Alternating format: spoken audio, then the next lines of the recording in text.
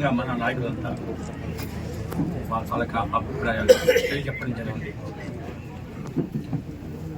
ఇవే అభిప్రాయాలు ప్రశ్నలు నాకు కూడా అడగండి. నేను ఒకటే చెప్పాను, మీ ప్రశ్నలకి నా దగ్గర సమాధానం లేదు. ఎందుకంటే లక్ష్మీదేవి గారికి టిక్కెట్ ఇవ్వడం లేదు అన్నటువంటి విషయం నిన్న నేను ఒక మ్యారేజ్కి వెళ్తునేటప్పుడు నేను ఒక సర్వేలో విన్నాను. విన్న తర్వాత పర్యవసానం ఎలా ఉంటుందని చెప్పి నర్సన్నపేట పెళ్లి నుంచి వెంటనే రావడం జరిగింది. అందుకోసం అని చెప్పి ఈ విషయంలో టిక్కెట్ ఇవ్వడం లేదు అన్న విషయం నాకు తెలీదు అని నేను తెలియజేసుకుంటున్నాను.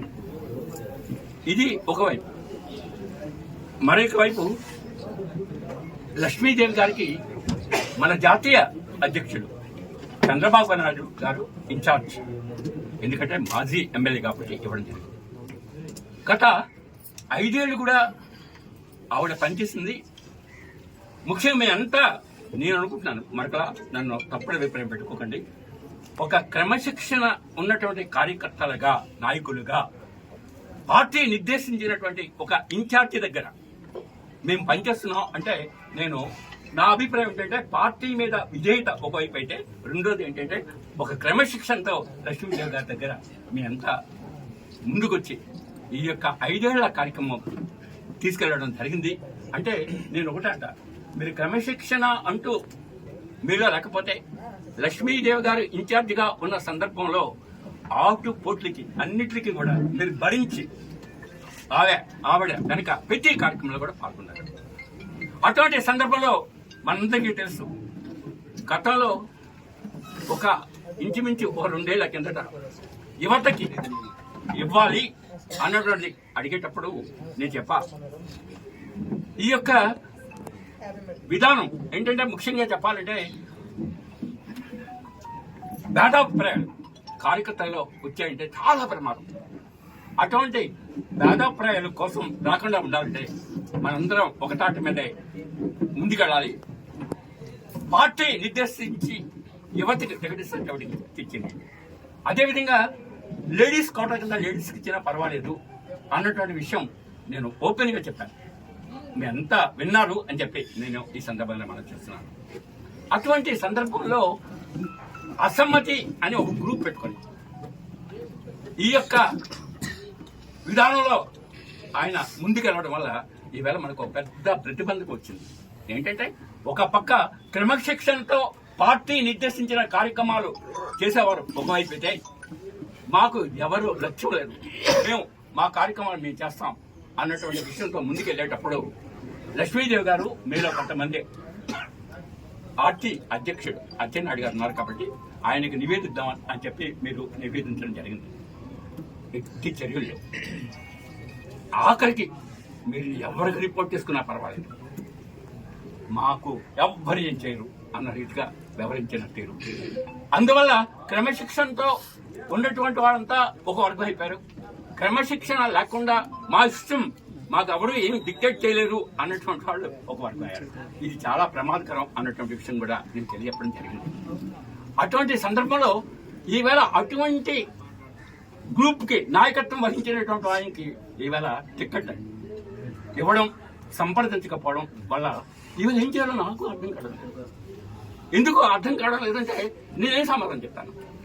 క్రమశిక్షణతో మీ అంతా ముందుకు వెళ్లి పార్టీ కార్యక్రమాలను భుజాన్ని వేసుకొని కష్టకాలంలో ఉన్నప్పుడు మీరంతా చర్య తీసుకుంటే తర్వాత పరిణామాల్లో పార్టీకి ఊపిరి వచ్చింది అన్న సందర్భంలో అసమ్మతి మేలేసుకుని ఈ విధంగా కార్యక్రమాలు చేసి పార్టీ కార్యక్రమాలకి భగ్నం కలిగించినటువంటి వారి మీద అచ్చెన్నాయుడికి రిపోర్ట్ ఇచ్చినప్పుడు కూడా మాకు మీరేం చేయలేరు అన్నటువంటి ఒక ధోరణితో ముందుకెళ్లే వాళ్ళకి టికెట్ ఇచ్చేటప్పుడు నేనేం సమాధానం చెప్పాలో నాకు కూడా అర్థం కావడం లేదు.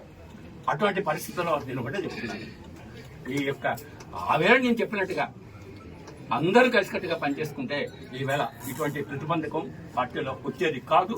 నేను ఎంత కష్టపడాను, ఎందుకంటే గతంలో కూడా ఇటువంటి పరిస్థితి ఉత్పన్నం అవడం వల్ల నాకు రాజకీయంగా ఉరింది. ఆ ఉడి అనేది మళ్ళీ పార్టీలో జరగకూడదు అన్నటువంటి ఉద్దేశంతోనే ముందుగా చెప్పడం జరిగిందని చెప్పి నేను ఈ సందర్భంగా మనం చేస్తున్నాను. అటువంటి పరిస్థితుల్లో ఈవేళ హైకమాండే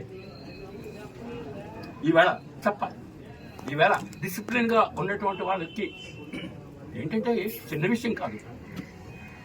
మరొక వైపు డిసిప్లిన్ లేని వాళ్ళకి మధ్య ఫైట్ అయినప్పుడు అధ్యక్షుడు సెటైట్ చేయకుండా ఉండేటప్పుడు ఈ యొక్క పరిణామం ఏర్పడినప్పుడు దీనికి నేను బాధ్యత వహించే స్థాయి నాది కాదు అని చెప్పి నేను ఈ సందర్భాన్ని మనవి చేస్తున్నాను. అందుకోసం పార్టీ అధిష్టాన వర్గమే ఈవేళ దీనికి బాధ్యత వహించాలని చెప్పి నేను ఈ సందర్భాన్ని మనవి చేస్తున్నాను.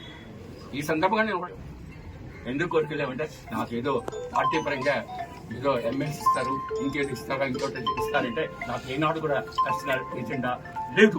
గత 40 ఏళ్ళుగా నేను ఒకటే నా ఎజెండా మీ ఎజెండా ప్రజల కోసం ఎజెండా. మనం ఎవరు కూడా వ్యక్తిగత పనుల కోసం ఏనాడు కూడా ఈ పార్టీని ఉపయోగించాలని కూడా మేము ఈ సందర్భంగా మనసుకుంటున్నాం. రేపు మా ఏదో ఎమ్మెల్సీ ఏదో పరిస్తే మేము యాక్సెప్ట్ చేయమని చెప్పి మీ ముందు అయితే ఈవేళ ఉన్న ప్రతిబంధకం అంతా ఒకటే. నాకు అడిగితే 2 గ్రూపులుగా మారిపోయిన సందర్భంలో న్యూట్రాలిటీ మెయింటైన్ చేసినటువంటి ఆయనకైనా లక్ష్మీదేవికి ఇచ్చినా పర్వాలేదు, బలమైన వ్యక్తి. లేదు అన్నప్పుడు న్యూట్రల్ గా వ్యవహరించిన వ్యక్తికైనా ఇస్తారేమో అనుకున్నాను. కానీ ఒక అసమ్మతికి రాజ్యం పోసి తెర వెలిగించినటువంటి వ్యక్తికి ఈవేళ ఈ టికెట్ ఇవ్వడం మాత్రం నేను నిర్ద్వందంగా నేను ఖండిస్తున్నానని చెప్పి నేను ఈ సందర్భాన్ని వ్యక్తిగత ఎజెండా లేదు. ఎందుకంటే నేను ఎమ్మెల్సీ కానీ ఎమ్మెల్యే నాకు కానీ ఏది యాక్సెప్ట్ చేయను. అదేవిధంగా మా ఆవిడికి ఇమ్మని చెప్పి కూడా నేను డిమాండ్ చేయను. కానీ ఈ వర్గాలన్నీ కలిసికట్టుగా పనిచేయాలనుకునేటప్పుడు న్యూట్రల్ క్యాండిడేట్ అయినా ఉండాలి తప్ప ఇలాగా ఒక వర్గ పోరుకి నాంది ప్రస్తావన చేసినటువంటి వారిని ఈ యొక్క విధానం ప్రోత్సహించడం సరైనది కాదు. పార్టీ క్రమశిక్షణ ఇట్ ఈజ్ ఎ పెయిల్ అని చెప్పి నేను ఈ సందర్భం మనం చేస్తున్నాను. క్రమశిక్షణ ఊపిరిగా పెట్టుకున్నాం, అందుకే మనం బానిసలుగా ఇవాళ ఉన్నాం. ఎందుకు బానిసలుగా ఉన్నామంటే ఆవేళ నాకు ఇన్ఛార్జ్ ఇవ్వకపోయినా బానిసగానే ఉన్నాను. ఎందుకంటే ఒక పార్టీలో సేవకుడిగా చేరిపోయిన తర్వాత ఒక నాయకత్వం ఒక సిద్ధాంతాలని ప్రజల్లోకి తీసుకెళ్లిన తర్వాత ఆ యొక్క బానిసత్వంలోకి వెళ్ళిపోతాం. తప్పు కాదు, పార్టీని బానిసలుగానే ఉండాలి. అటువంటి బానిసత్వ ఆలోచనలే మనకు ఉన్నాయి తప్ప ఏనాడు కూడా పార్టీ మీద తిరగబడదాం అన్నటువంటి ఆలోచన కళలో కూడా మన ఎవరికీ లేదని చెప్పి నేను ఈ సందర్భంగా మనం చేస్తున్నాను. అందుకోసం మన వాళ్ళు చెప్పాడు సర్దిద్దండి.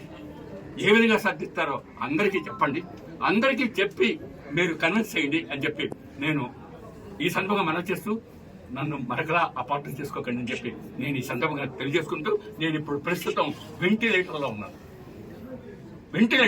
ఈ దెబ్బకి. అందుకోసం వెంటిలేటర్లో ఉండేవాడికి మళ్ళీ ఊపిరిచ్చేటట్లు ఎంత ముందు పెట్టండి.